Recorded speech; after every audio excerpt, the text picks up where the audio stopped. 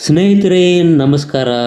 ಸನಾತನ ಧರ್ಮ ಉವಾಚ ಯೂಟ್ಯೂಬ್ ಚಾನಲ್ಗೆ ಸುಸ್ವಾಗತ. ಈ ವಿಡಿಯೋದಲ್ಲಿ ಭಗವದ್ಗೀತೆ ಅಧ್ಯಾಯ 15 ಪುರುಷೋತ್ತಮ ಯೋಗದಲ್ಲಿ ಶ್ಲೋಕ 2, 3, 4, 5ರ ಅನುವಾದ ಮತ್ತು ಭಾವಾರ್ಥದ ಬಗ್ಗೆ ವಿವರವಾಗಿ ತಿಳಿದುಕೊಳ್ಳೋಣ. ಶ್ಲೋಕ 2.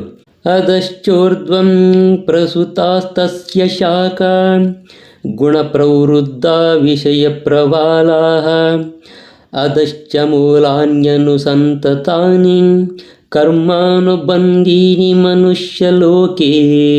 ಈ ಶ್ಲೋಕದ ಅನುವಾದ: ಮರದ ಬೇರುಗಳು ಕೆಳಮುಖವಾಗಿಯೂ ಮೇಲ್ಮುಖವಾಗಿಯೂ ಹರಡಿಕೊಂಡಿರುತ್ತವೆ. ಐಹಿಕ ಪ್ರಕೃತಿಯ ಗುಣತ್ರಯಗಳು ಅದನ್ನು ಪೋಷಿಸುತ್ತವೆ. ಇಂದ್ರಿಯಗಳ ವಸ್ತುಗಳು ಇದರ ಕುಡಿಗಳು. ಈ ಮರಕ್ಕೆ ಕೆಳಮುಖವಾದ ಬೇರುಗಳು ಉಂಟು. ಇವು ಮನುಷ್ಯ ಕುಲದ ಫಲಾಪೇಕ್ಷಿತ ಕರ್ಮಗಳೊಂದಿಗೆ ಬಂಧಿತವಾಗಿರುತ್ತವೆ. ಇದರ ಭಾವಾರ್ಥ: ಅಶ್ವತ್ಥ ವೃಕ್ಷದ ವರ್ಣನೆಯನ್ನು ಇಲ್ಲಿ ಇನ್ನಷ್ಟು ವಿವರಿಸಲಾಗಿದೆ. ಅದರ ರೆಂಬೆಗಳು ಎಲ್ಲ ದಿಕ್ಕಿನಲ್ಲಿಯೂ ಚಾಚಿಕೊಂಡಿರುತ್ತವೆ. ಕೆಳಭಾಗಗಳಲ್ಲಿ ಮನುಷ್ಯರು, ಪ್ರಾಣಿಗಳು, ಕುದುರೆಗಳು, ಹಸುಗಳು, ನಾಯಿಗಳು, ಬೆಕ್ಕುಗಳು ಮೊದಲಾದ ಜೀವಿಗಳ ವಿವಿಧ ಅಭಿವ್ಯಕ್ತಿಗಳು ಇರುತ್ತವೆ. ಇವು ರೆಂಬೆಗಳ ಕೆಳಭಾಗಗಳಲ್ಲಿ ನೆಲೆಸಿರುತ್ತವೆ. ಮೇಲಿನ ಭಾಗಗಳಲ್ಲಿ ದೇವತೆಗಳು, ಗಂಧರ್ವರು ಮೊದಲಾದ ಉತ್ತಮ ರೂಪದ ಜೀವಿಗಳು ಮತ್ತು ಇನ್ನೂ ಉನ್ನತ ಜೀವಿ ವರ್ಗಗಳು ಇರುತ್ತವೆ. ನೀರು ಮರವನ್ನು ಪೋಷಿಸುವಂತೆ ಐಹಿಕ ಪ್ರಕೃತಿಯ 3 ಗುಣಗಳು ಈ ಮರವನ್ನು ಪೋಷಿಸುತ್ತವೆ. ಕೆಲವೊಮ್ಮೆ ಒಂದಿಷ್ಟು ಭೂಭಾಗವು ನೀರಿಲ್ಲದೆ ಬಂಜರಾಗಿರುವುದನ್ನು, ಕೆಲವೊಮ್ಮೆ ಒಂದು ಭಾಗವು ಹಸಿರಾಗಿರುವುದನ್ನು ಕಾಣುತ್ತೇವೆ. ಇದೇ ರೀತಿಯಲ್ಲಿ ಐಹಿಕ ಪ್ರಕೃತಿಯ ನಿರ್ದಿಷ್ಟ ಗುಣಗಳು ಪ್ರಮಾಣದಲ್ಲಿ ಹೆಚ್ಚಾಗಿರುವಾಗ ಅದಕ್ಕೆ ಅನುಗುಣವಾಗಿ ವಿವಿಧ ಜೀವ ವರ್ಗಗಳು ಕಾಣಿಸಿಕೊಳ್ಳುತ್ತವೆ. ಈ ಮರದ ಕುಡಿಗಳು ಇಂದ್ರಿಯಗಳ ವಸ್ತುಗಳು ಎಂದು ಭಾವಿಸಲಾಗಿದೆ. ಬೇರೆ ಬೇರೆ ಪ್ರಕೃತಿಗಳ ಗುಣಗಳನ್ನು ಬೆಳೆಸಿಕೊಂಡಾಗ ನಾವು ಬೇರೆ ಬೇರೆ ಇಂದ್ರಿಯಗಳನ್ನು ಬೆಳೆಸಿಕೊಳ್ಳುತ್ತೇವೆ. ಇಂದ್ರಿಯಗಳ ಮೂಲಕ ನಾವು ವಿವಿಧ ರೀತಿಗಳ ಇಂದ್ರಿಯ ವಸ್ತುಗಳನ್ನು ಅನುಭವಿಸುತ್ತೇವೆ. ವಿವಿಧ ಇಂದ್ರಿಯ ವಸ್ತುಗಳ ಅನುಭವಕ್ಕೆ ಅಂಟಿಕೊಂಡ ಕಿವಿಗಳು, ಮೂಗು, ಕಣ್ಣುಗಳು ಇತ್ಯಾದಿಯಾದ ಇಂದ್ರಿಯಗಳು ರೆಂಬೆಗಳ ಕೊನೆಗಳಾಗಿವೆ. ಶಬ್ದ, ರೂಪ, ಸ್ಪರ್ಶ ಮೊದಲಾದ ಇಂದ್ರಿಯಗಳು ವಸ್ತುಗಳು ಕುಡಿಗಳಾಗಿವೆ. ಪ್ರಿಯ, ಅಪ್ರಿಯಗಳು ಸಣ್ಣ ಪುಟ್ಟ ಬೇರುಗಳಾಗಿವೆ. ಇವು ಕಷ್ಟದ ಮತ್ತು ಇಂದ್ರಿಯ ಸುಖದ ವಿವಿಧ ರೂಪಗಳ ಉಪ ಉತ್ಪನ್ನಗಳು. ಪಾಪ ಪುಣ್ಯಗಳ ಪ್ರವೃತ್ತಿಗಳು ಈ ಉಪಬೇರುಗಳಿಂದ ಬೆಳೆಯುತ್ತವೆ ಎಂದು ಭಾವಿಸಲಾಗಿದೆ. ಈ ಉಪಬೇರುಗಳು ಎಲ್ಲ ದಿಕ್ಕುಗಳಲ್ಲಿಯೂ ಚಾಚಿಕೊಂಡಿರುತ್ತವೆ. ನಿಜವಾದ ಬೇರು ಬ್ರಹ್ಮಲೋಕದಲ್ಲಿ ಇರುತ್ತದೆ. ಇತರ ಬೇರುಗಳು ಮನುಷ್ಯ ಲೋಕವ್ಯೂಹಗಳಲ್ಲಿ ಇರುತ್ತವೆ. ಮನುಷ್ಯನು ಹಲವಾರು ಕರ್ಮಗಳ ಫಲಗಳನ್ನು ಮೇಲಿನ ಲೋಕವ್ಯೂಹಗಳಲ್ಲಿ ಅನುಭವಿಸಿದ ಅನಂತರ ಭೂಮಿಗಿಳಿದು ಬರುತ್ತಾನೆ ಮತ್ತು ತನ್ನ ಕರ್ಮವನ್ನು ಮುಂದುವರಿಸುತ್ತಾನೆ. ಈ ಮನುಷ್ಯ ಲೋಕವನ್ನು ಕರ್ಮಕ್ಷೇತ್ರ ಎಂದು ಭಾವಿಸಲಾಗಿದೆ. ಶ್ಲೋಕ 3. ನ ರೂಪಮಸ್ಯೇಹ ತತೋಪಲಭ್ಯತೆ ನಾಂತೋ ನ ಚಾದಿರ್ನ ಚ ಸಂಪ್ರತಿಷ್ಠಾ ಅಶ್ವತ್ಥಮೇನಂ ಸುವಿರೂಢಮೂಲಂ ಅಸಂಗಶಸ್ತ್ರೇಣ ದೃಢೇನ ಚಿತ್ವಾ. ಶ್ಲೋಕ 4. ತತಃ ಪದಂ ತತ್ಪರಿಮಾರ್ಗಿತವ್ಯಂ ಯಸ್ಮಿನ್ ಗತಾನ ನಿವರ್ತಂತಿ ಭೂಯಃ ತಮೇವ ಚಾದ್ಯಂ ಪುರುಷಂ ಪ್ರಪದ್ಯೆ ಯತಃ ಪ್ರವೃತ್ತಿ ಪ್ರಸೃತಾ ಪುರಾಣೇ.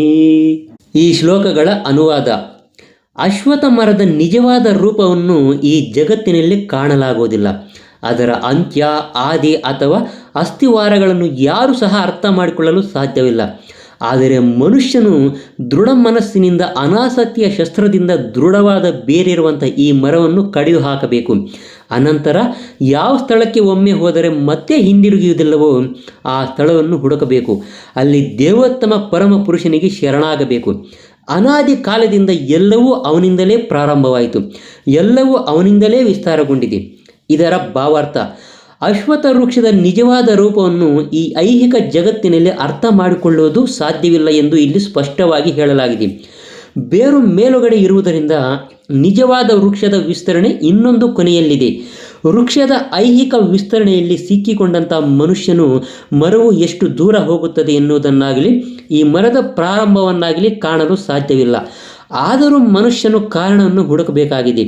ನಾನು ನನ್ನ ತಂದೆಯ ಮಗ, ನನ್ನ ತಂದೆ ಇಂತಹವರ ಮಗ ಇತ್ಯಾದಿ ಹೀಗೆ ಹುಡುಕಿಕೊಂಡು ಹೋದರೆ ಬ್ರಹ್ಮನನ್ನು ತಲುಪುತ್ತೇವೆ. ಅವನನ್ನು ಗರ್ಭೋದಕಶಾಹಿ ವಿಷ್ಣುವು ಸೃಷ್ಟಿಸಿದನು. ಈ ರೀತಿಯಲ್ಲಿ ಕಡೆಗೆ ದೇವೋತ್ತಮ ಪರಮಪುರುಷನನ್ನು ತಲುಪಿದಾಗ ಸಂಶೋಧನೆಯ ಕೆಲಸ ಮುಗಿಯುತ್ತದೆ. ಈ ಮರದ ಮೂಲ ಎಂದರೆ ದೇವೋತ್ತಮ ಪರಮಪುರುಷನನ್ನು ಅವನ ಜ್ಞಾನವಿರುವ ಭಕ್ತರ ಸಹವಾಸದ ಮೂಲಕ ಹುಡುಕಬೇಕಾಗುತ್ತದೆ. ಆ ತಿಳುವಳಿಕೆಯಿಂದ ಮನುಷ್ಯನು ಕ್ರಮೇಣ ವಾಸ್ತವತೆಯ ಈ ಮಿಥ್ಯಾ ಪ್ರತಿಬಿಂಬದಿಂದ ಬೇರೆಯಾಗುತ್ತಾನೆ.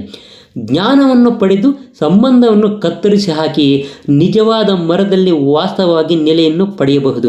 ಈ ಸಂಬಂಧದಲ್ಲಿ ಅಸಂಜ್ಞ ಎನ್ನುವ ಪದವು ಬಹು ಮುಖ್ಯವಾದದ್ದು.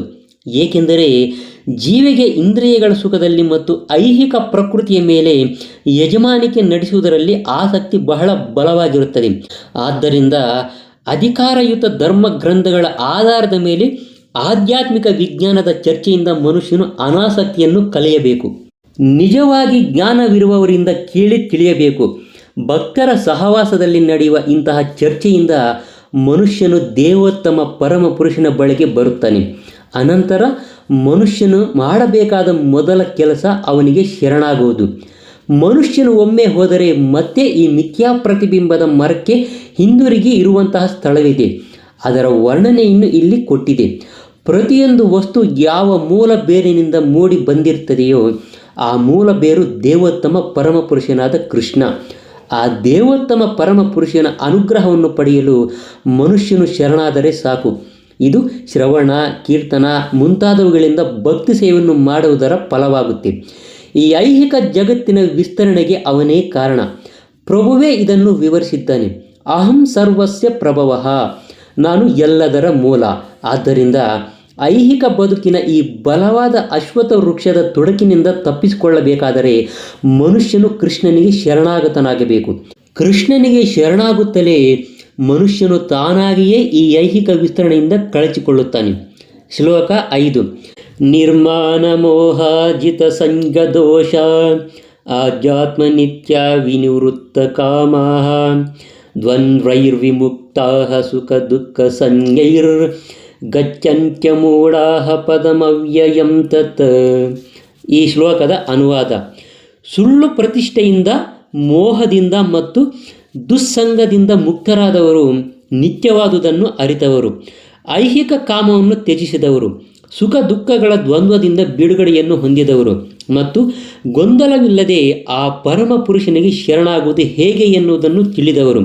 ಇಂತಹವರು ಆ ಶಾಶ್ವತವಾದ ರಾಜ್ಯವನ್ನು ಪಡೆಯುವರು. ಈ ಶ್ಲೋಕದ ಭಾವಾರ್ಥ: ಶರಣಾಗತಿಯ ಪ್ರಕ್ರಿಯೆಯನ್ನು ಇಲ್ಲಿ ತುಂಬ ಚೆನ್ನಾಗಿ ವರ್ಣಿಸಲಾಗಿದೆ. ಮೊದಲನೆಯ ಅರ್ಹತೆ ಎಂದರೆ ಮನುಷ್ಯನು ಗರ್ವದಿಂದ ಭ್ರಾಂತನಾಗಬಾರದು.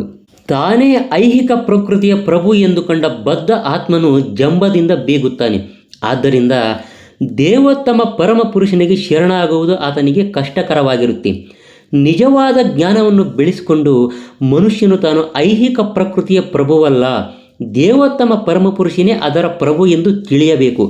ಗರ್ವದಿಂದ ಬರುವ ಭ್ರಮೆಯಿಂದ ಮನುಷ್ಯನು ಮುಕ್ತನಾದಾಗ ಅವನು ಶರಣಾಗತಿಯ ಪ್ರಕ್ರಿಯೆಯನ್ನು ಪ್ರಾರಂಭಿಸಬಹುದು.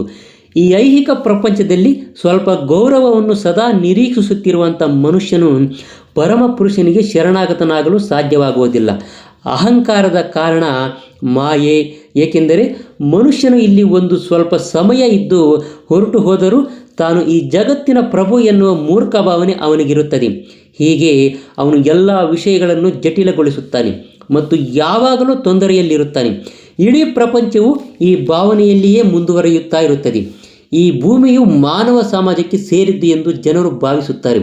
ತಾವು ಭೂಮಿಯ ಒಡೆಯರು ಎನ್ನುವ ಸುಳ್ಳು ಭಾವನೆಯಿಂದ ಅದನ್ನು ಹಂಚಿಕೊಂಡಿದ್ದಾರೆ. ಮಾನವ ಸಮಾಜವೇ ಈ ಪ್ರಪಂಚದ ಒಡೆಯ ಎನ್ನುವ ಸುಳ್ಳು ಭಾವನೆಯಿಂದ ಮನುಷ್ಯನು ಹೊರಬರಬೇಕು. ಮನುಷ್ಯನು ಇಂತಹ ಸುಳ್ಳು ಭಾವನೆಯಿಂದ ಬಿಡುಗಡೆ ಹೊಂದಿದಾಗ ಕೌಟುಂಬಿಕ, ಸಾಮಾಜಿಕ ಮತ್ತು ರಾಷ್ಟ್ರೀಯ ಅಭಿಮಾನಿಗಳಿಂದ ಮೂಡಿದ ಎಲ್ಲ ಸುಳ್ಳು ಸಹವಾಸದಿಂದಲೂ ಅವನು ಬಿಡುಗಡೆಯನ್ನು ಹೊಂದುತ್ತಾನೆ. ಈ ತಪ್ಪು ಸಹವಾಸಗಳು ಮನುಷ್ಯನನ್ನು ಈ ಐಹಿಕ ಜಗತ್ತಿಗೆ ಬಂಧಿಸುತ್ತವೆ. ಈ ಹಂತದ ಅನಂತರ ಮನುಷ್ಯನು ಆಧ್ಯಾತ್ಮಿಕ ಜ್ಞಾನವನ್ನು ಬೆಳೆಸಿಕೊಳ್ಳಬೇಕು. ವಾಸ್ತವವಾಗಿ ಯಾವುದು ತನ್ನದು, ಯಾವುದು ತನ್ನದಲ್ಲ ಎನ್ನುವ ಅರಿವನ್ನು ಬೆಳೆಸಿಕೊಳ್ಳಬೇಕು. ವಿಷಯಗಳನ್ನು ಯಥಾರ್ಥವಾಗಿ ಇರುವಂತೆ ತಿಳಿದುಕೊಂಡಾಗ ಅವನ ಸುಖ ದುಃಖ ಸಂತೋಷ ನೋವು ಇಂತಹ ದ್ವಂದ್ವ ಪರಿಕಲ್ಪನೆಗಳಿಂದ ಮುಕ್ತನಾಗುತ್ತಾನೆ. ಅವನ ಜ್ಞಾನ ಪರಿಪೂರ್ಣವಾಗುತ್ತದೆ. ಆಗ ದೇವೋತ್ತಮ ಪರಮ ಪುರುಷನಿಗೆ ಶರಣಾಗುವುದು ಅವನಿಗೆ ಸಾಧ್ಯವಾಗುತ್ತದೆ. ಸ್ನೇಹಿತರೆ, ಇದೇ ಥರ ಇನ್ನಷ್ಟು ಆಸಕ್ತಿಕರವಾದ ವಿಷಯಗಳನ್ನು ನೀವೇನಾದರೂ ತಿಳ್ಕೋಬೇಕು ಅಂದರೆ ದಯವಿಟ್ಟು ನಮ್ಮ ಸನಾತನ ಧರ್ಮ ಉವಾಚ ಅನ್ನೋ ಯೂಟ್ಯೂಬ್ ಚಾನಲನ್ನು ಸಬ್ಸ್ಕ್ರೈಬ್ ಮಾಡ್ಕೊಳ್ಳೋದನ್ನು ಮಾತ್ರ ಮರಿಬೇಡಿ. ನಮಸ್ಕಾರ.